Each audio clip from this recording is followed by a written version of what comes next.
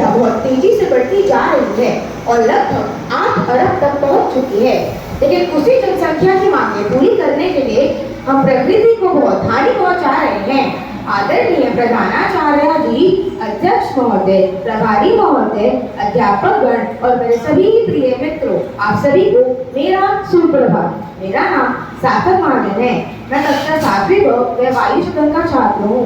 आज मैं आप सबके सामने बहस प्रतियोगिता बढ़ती जनसंख्या और घटते संसाधन मांसाहार उचित और मांसाहार अनुचित में मांसाहार अनुचित के ऊपर अपने विचार व्यक्त करना चाहूँगा।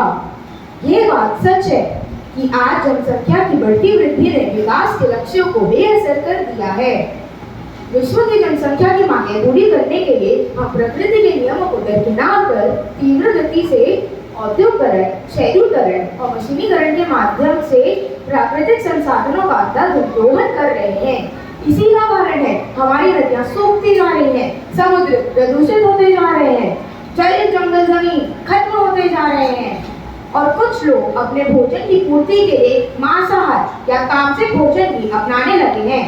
मांसाहार कार्निवोर का शाब्दिक अर्थ है वह प्राणी जो किसी दूसरे प्राणी को अंगों को खाकर अपने ऊर्जा व भोजन संबंधित आवश्यकताओं को पूरा करता है और यह प्रकृति के नियमों के विरुद्ध है।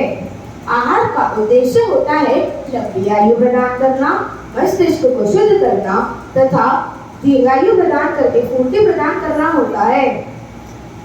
इसलिए प्राचीन जमाने के विद्वान ऐसे आहार चुनते थे जिससे वे स्वस्थ रहें और शक्तिमान भी रहें। वेद और पुराण कहते हैं हम जो खाते हैं हमारा मन और व्यवहार वैसा ही हो जाता है। इसलिए कहा जाता है जैसा अन्न वैसा मन।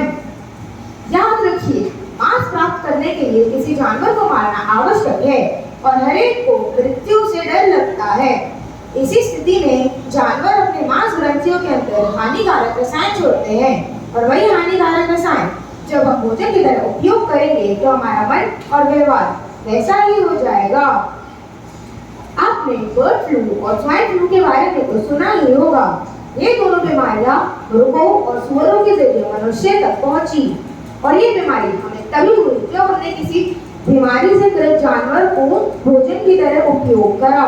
इसी कारण से हर साल लाखों लोगों की मृत्यु हो जाती है। मांसाहार को शाकाहार की तुलना में ज्यादा गंभीर बीमारियों से गुजरना पड़ता है। उन बीमारियों में शामिल हैं कैंसर, गठिया, हाई ब्लड प्रेशर, अल्सर, गुर्दे का रोग व दिल की बीमारी। आयुर्वेद कहता है तामसिक मन को सुस्त करता है जिसके कारण मन और शरीर का पतन हो जाता है। अध्ययन करने वाले विशेषज्ञों ने मांसाहार को यह सलाह दी कि वह रेड मीट, चिकन और अन्य सांस्कृतिक मांसाहार खाद्य पदार्थों से बचकर रहें।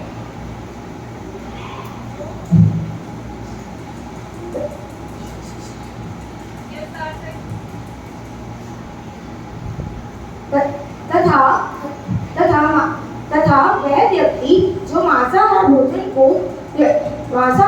को बहुत ज्यादा उपयोग करता है उनके अंदर चिड़चिड़ापन, तीव्र मिजाज, लालसा जैसे लक्षण पाए गए हैं। इनमें मसालों का बहुत अधिक उपयोग करा जाता है जिसके कारण इन्हें वापस गर्म करके भी नहीं खाया जा सकता।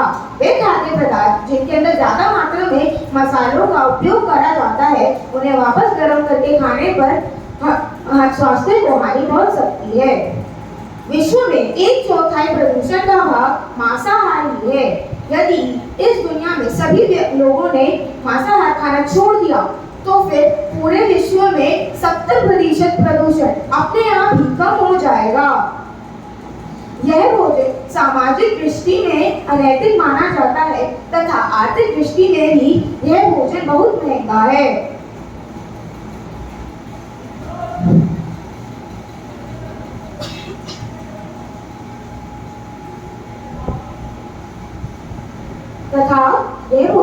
तथा इस भोजन को ग्रहण करने से हमें अनेक बीमारियां आ जाती हैं।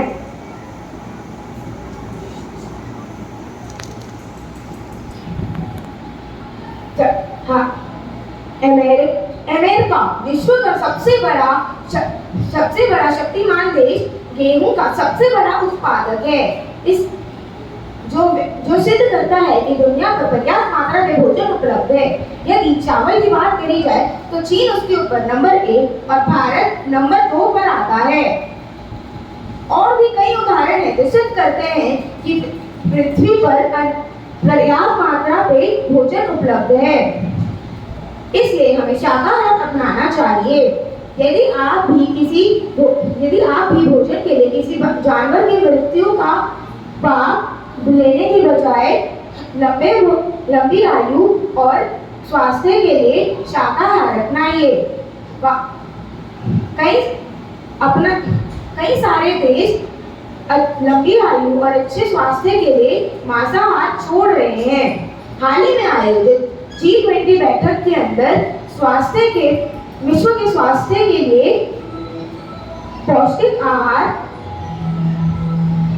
आहार, खाद्य सुरक्षा, पर्यावरण अनुकूल खेती तथा शाकाहार का संदेश दिया गया है। अंत में मैं यही कहना चाहूँगा, पृथ्वी पर जीवन बनाए रखने के लिए कोई भी चीज इतना फायदा नहीं देगी जितना कि शाकाहार का विकास। धन्यवाद। आपका दिन शुभ रहे।